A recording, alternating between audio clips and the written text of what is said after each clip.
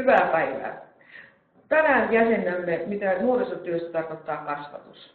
Olen Eeva Sinisalon Juha, vuonna 1984 valmistunut nuorisotyöntekijä ja nykyisin humanistisen ammattikorkeakoulun nuorisotyön tutkimus-, kehitys- ja innovaatiotoiminnan päällikkö. Nuorisotyössä kasvatussuhde on se keskeinen asia. Miten se luodaan? Ilman kasvatussuhdettahan ei voida kasvattaa eikä pääse tekemään nuorisotyötä. Kaiken perustana on vapaaehtoisuus. Se on nuorelle vapaaehtoista, joka tuo sinne sen oman herkkyytensä, vaikeutensa, mutta samalla sen hienouden ja sen erityisyyden. Kun mietitään tätä kasvatussuhdetta, tätä kohtaamista, niin dialogi nousee silloin keskeiseksi menetelmäksi. Tom Ansin on jäsentänyt dialogia suhteessa keskusteluun siten, että keskustelua hän luonnehtii tilanteeksi, jossa minä odotan, että edellinen puhuja lopettaa, jotta minä voin kertoa oman mielipiteeni asiasta. Ja lopputulos, jos on hyvä, niin olemme päätyneet minun mielipiteeseen. Dialogissa jatkan puhetta siitä, mihin edellinen puhuja on päättynyt. Lopputulos on ennakoimaton, se on molemmille jotain uutta ja se on hyvin tämmöistä epävarmuuden hetteikössä menemistä. Mutta samalla se takaa aidon vuorovaikutuksen, aidon kohtaamisen, aidon läsnäolon. Dialogitaito on kohtaamisosaamisen perustaa. Itsereflektio on toinen tärkeä asia. Voidaan puhua oman sisäisen toiminnan arvioinnista. Mikä hermostutti minua tuossa tilanteessa? Miksi minä tunnen tästä jälkeenpäin syyllisyyttä? Miksi en suostunut kuuntelemaan sitä nuorta? Näillä pohdinnoilla päästään kiinni siihen, että mikä on minun vaikuttaminen näissä töissä. Ja tietenkin ryhmä tuottaa vielä enemmän näitä tunteita, miten niitä käsitellään, mutta siihen sitten hieman tuonnempana. Nuorisotyössä on myös erityistä tämä kasvatusympäristö. Janet Butler on mielenkiintoisesti jäsentänyt sitä miettimältä, missä muut ammattilaiset tekevät tätä kohtaamistyötä, ihmisen kohtaamista. Lääkärillä se on vastaanottohuone, sinne tullaan vastaanottoajan puitteissa. Siellä on vaatetus kuvaamassa sitä, että nyt ollaan ammattilaisen kanssa tekemisissä. Ja se on monella tavoin säädelty, määritelty, tuolin paikka on näytetty, että istuppa tuohon, ole hyvä. Samoin voidaan miettiä terapiatilanteita, koulutilanne on hyvin määritelty. Nuorisotyössä niin tapahtumapaikka on se, missä se nuori on. Ja se ei ole meidän hallittavissa eikä määriteltävissä. Nuorisotyöntekijä menee nuoren reviirille. Ja siellä ollaan tietyllä tavalla nuoren ehdoilla, ja erityisesti kun muistetaan, että tämä on nuorelle vapaaehtoinen tämä kohtaaminen. Eli saa ottaa jalat alleen, koska huvittaa.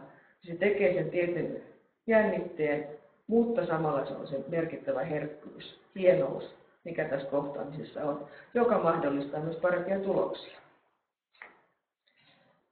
Ja samalla tämä nuorisotyöllinen kohtaaminen sietää esimerkiksi nuoren liikkumisen. Tämä kohtaaminen voi tapahtua vaikka biljardia pelatessa tai kävellessä. Ei tarvitse jäädä johonkin tiettyyn paikkaan ja asettua siihen asemointiin, missä toteutamme tämän asiakassuhteen. Se tapahtuu siellä, missä nuori on ja tuottaa sitä samantyyppistä toimintaa, missä nuori olisi muutenkin. Ja nuorisotyössä myös täytyy miettiä sitä kasvattajan tulokulmaa. Kuka minä olen kasvattajana? Ensimmäinen ihan keskeinen meidän erityinen usko on se, että nuori ei ole sama asia kuin ongelma. Nuori itsessään on arvokas ja nuori sisältää aina jonkun potentiaalin. Se potentiaali ei välttämättä ole näkyvä, mutta se on olemassa ja jos ei sitä heti nähdä, niin sitten se kaivetaan esille.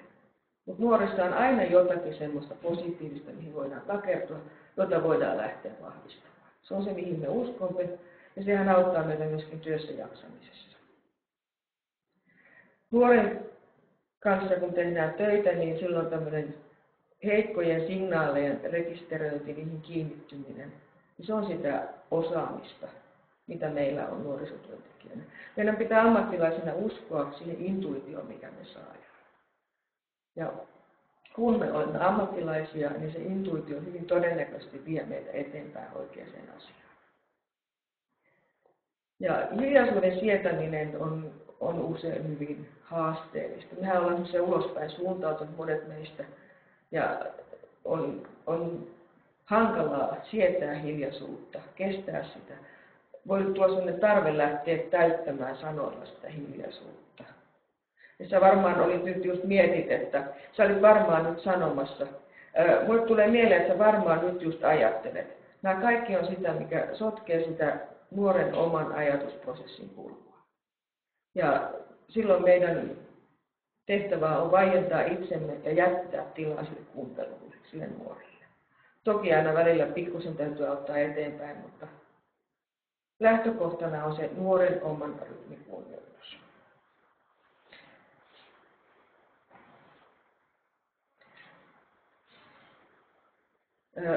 Tarvittavaa osaamista on meillä erityisesti ryhmäosaamisen taidot.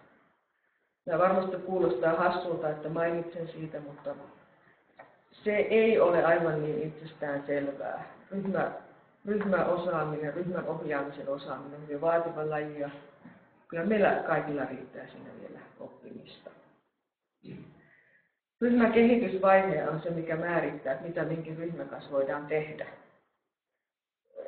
Tietyssä vaiheessa onnistuu tietyt asiat, toisessa kohdassa ei onnistu. Ja silloin meidän pitää pystyä näkemään sitä nuorten ryhmästä, että missä kohdassa olemme menossa. Mitä siellä tapahtuu. Ryhmä myös antaa ja ottaa rooleja, ja ammattilaisen on pystyttävä näkemään, miten se tapahtuu, kenelle se kohdentuu, mitä siinä tapahtuu. Ryhmärooleihin voidaan vaikuttaa, kun ne tunnistetaan. Ja näihin ryhmärooleihin esimerkiksi ne liittyy vaikkapa turvallisuuden tunteeseen tai nolaamiseen, kiusaamiseen, eristämiseen, niin näihin on puututtava. Ja kun näihin puututaan, ryhmä on turvallinen, sinne tulee luottamus ja se mahdollistaa sen kasvatuksellisuuden. Tästä ryhmästä tulee osa kasvatustyötä. Jokaisella nuorella on oikeus osallisuuteen, toimijuuteen ja paikkaan siinä ryhmässä. Itsereflektio, siitä oli äsken jo mainintaa, niin se tekee siitä omasta työotteesta ennakoitavaa, ymmärrettävää ja ammatillista. Kun me ollaan ihmisiä, on selvää, että meillä on sellaisia tunteita ja asioita, jotka tulee väliin ja tuottaa sellaista epävarmuutta, ja sehän on meidän vahvuus. Totta kai me ollaan ihmisiä. Jos me ollaan ihmisiä, me ei voisi olla nuorisotyöntekijöitä. Mutta samalla meidän on ammattilaisina pystymme jäljittämään, että mistä nämä meidän omat tunteet nousuu, mihin ne liittyy, toimiiko ne jotenkin, tuottaako ne epäammatillisuutta siihen omaan toimintaan. Silloin kun tämmöiset omat taustavaikuttajat ei ole tietoisia, ne on vaarallisia. Kun ne on tiedostettuja, niin niiden kanssa voidaan tehdä töitä. Sen takia me on tärkeää, että jokainen tuntee itseään ja tunnistaa sitä omaa taustansa, mitkä vaikuttaa omaan toimintaan. Ja samalla on myös muistettava, että ryhmän ohjaaja kantaa aina ryhmän tunnetta. Eli kun itse on, esimerkiksi mä olen joskus tuntenut itseni täysin lukkiintuneeksi, ahdistuneeksi, toimintakyvyttömäksi. Ja sehän on järkyttävä tunne, kun pitäisi samalla saada sitä ryhmää innostumaan. No sitten, kun sitä hetken on miettinyt, niin ymmärtää, että tämä tunne nouseekin ryhmästä eikä minusta. Ja se vapauttaa siihen, että pystyy lähteä toimimaan sen ryhmän kanssa ja viemään sitä toimintaa ryhmän kanssa eteenpäin, vapauttamaan sitä ryhmää tästä tunteesta. Mutta keskeistä on ymmärtää se, että ryhmän tunne ja minun oma tunne on eri asiat. Ja silloin sen kanssa voidaan tehdä töitä ja silloin voidaan auttaa sitä ryhmää eteenpäin.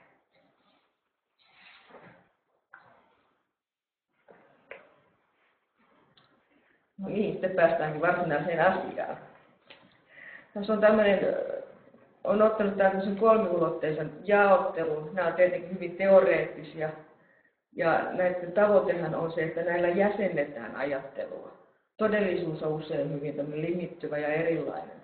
Mutta jotta siihen päästään käsiksi, niin on hyvä teoreettisesti jäsentää, ja silloin siitä tulee meille tämmöistä käyttövoimaa. Formaali kasvatus on varmasti näistä helppoa ja ymmärrettävin. Eli voidaan puhua peruskoulussa tapahtuvasta opetuksesta, ammattikorkeakoulussa tapahtuvasta opetuksesta, lukiossa, toisen asteen muissa oppilaitoksissa. Ylipäätään semmoinen järjestelmällinen, julkiseen opetussuunnitelmaan pohjautuva opetustoiminta, missä opetussuunnitelma on tehty ja siitä tulee tiettyjä tutkintoja, suorituksia, joista tulee virallinen todistus.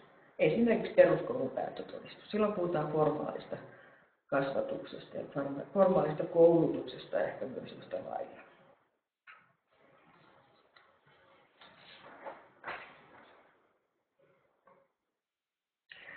Non-formaalissa kasvatuksessa tullaan huomattavasti lähemmäksi nuorisotyötä. Se on hyvin tyypillistä esimerkiksi järjestötyön puutteissa, esimerkiksi Partion 4H-toiminnan. Siellä on tämmöisiä oppimistehtäviä, joita sitten suoritetaan, jotka sitten kumuloituu suurimmiksi luokkasuorituksiksi tai vastaaviksi.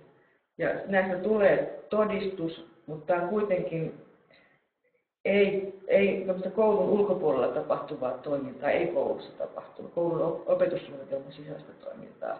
Ja tämä on yhtä lailla voi olla kuin musiikkiopistot, kuvataidekoulut, urheiluseurat, monenmoinen kerhotoiminta. Siinä on laadittu semmoinen selkeä, että näin tässä mennään, näin tässä opitaan, ja kun olet tämän suorittanut, oppinut, niin siitä tulee todistus. Ja tämähän on ihan semmoista perustoimintaa meillä. Ja tähän tehdään paljon nuorisotyössä.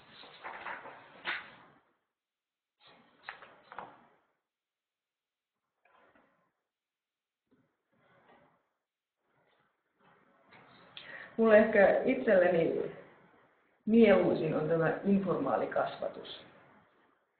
Siinä kasvattajuus on nuoren omaehtoisen oppimisen mahdollistamista. Siinä keskeistä on tämä nuoren vapaaehtoisuus. Tokihan myöskin non-formaalissa nuorelle se on vapaaehtoista, mutta informaalissa se on täysin vapaaehtoista ja se tapahtuu usein siten, että nuori ei välttämättä edes tiedä olevansa tämmöisen kasvatuksen kohteena.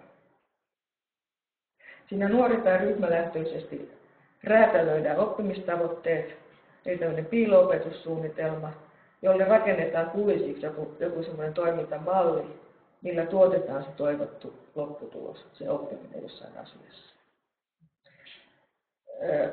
Esimerkiksi omasta työhistoriasta, niin erityisnuorisotyössä tehtiin semmoinen oivallus, että nuoria hirveän vaikea oli, kun on joku hankala asia, niin oli vaikea ruveta, että no tulepas tänne ja jutellaan, no siitä ei tullut mitään. Tuli tämmöinen uusi lähtökohta, että ai että jos lähtee peseen auto, tuutko mukaan. No sitten istutaan suljetussa tilassa rinnakkain, ei tarvitse olla katsekontaktia, kuitenkin se on turvallinen, tämmöinen luottamuksellinen tila. Ja siinä voidaan käsitellä tosi hyvinkin herkkiä asioita. Ja se ei kuitenkin se kaikki tietää, että se on tietyllä aikajänteellä, mutta keskenkään siitä ei pois pääse, koska siinä on se pesukone ympärillä. Ja tässä sitten on keskustelu milloin ryhmässä toimimisesta, milloin päihteistä, joskus näpistämistä, joskus perheasioista. Ja nämä on niitä semmoisia kulisseja, tämmöinen auton peseminen on niin kuin kulissi sille, miten päästään siihen kasvatukselliseen tilanteeseen, informaaliin kasvatukseen sen nuoren kanssa.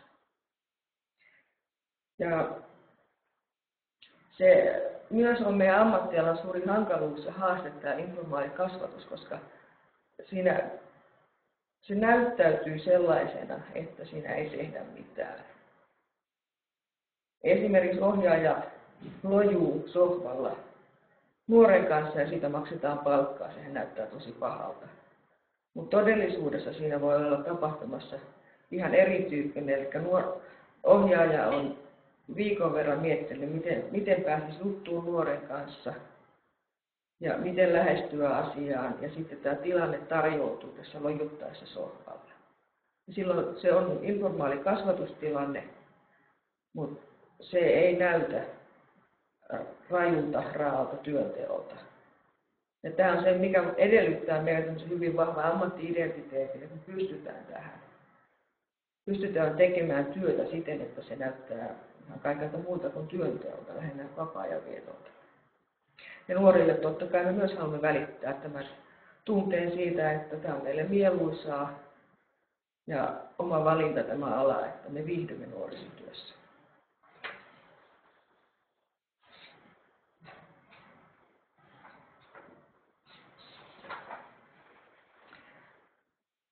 Tässä taulukossa on otettu vähän rinnakkain, että miten nämä non-formaali ja informaali kasvatus voisi näyttäytyä nuorisotyössä. Ja kuten aikaisemmin mainitsin, niin nämähän ei ole mitään, että tämä on tätä ja tämä on tuota, vaan nämä on käytännössähän usein limittäisiä. Mutta jälleen, että jos tästä ajattelua voi jäsentää, niin se on hyvä joskus tehdä tämmöisen väkivallan tämmöisiä niin kuin laatikointeja siihen, että tämä on nyt tätä ja tuo on tuota. Että oman kasvattajuuden näkökulmasta on tärkeää tunnistaa tämän eron, mitä on non-formaali ja mitä informaali kasvatus. Ja sitten kun ne tunnistaa, niin silloin voi vaikuttaa siihen omaan toimintaan, niin omiin menetelmävalintoihin ja siihen, että miten toteuttaa. Ja ymmärtää, että mikä on minkin nuoren ryhmän kannalta se ehkä hedelmällisin lähestymistapa kulloisenkin asiaan, joka tässä on nousemassa. Ja tässä nimenomaan, kun katsotaan tuota kohdista kasvatus, niin non-formaalissa alimmassa on tämä doing, mikä tarkoittaa, että tehdään yhdessä jotain. Kun taas tässä informaalissa on tämä being, eli ollaan yhdessä. Tämä on tämä ehkä merkittävä ero siihen, että miten tämä kasvattajuus tuotetaan näissä eri ympäristöissä, non-formaalissa ja informaalissa.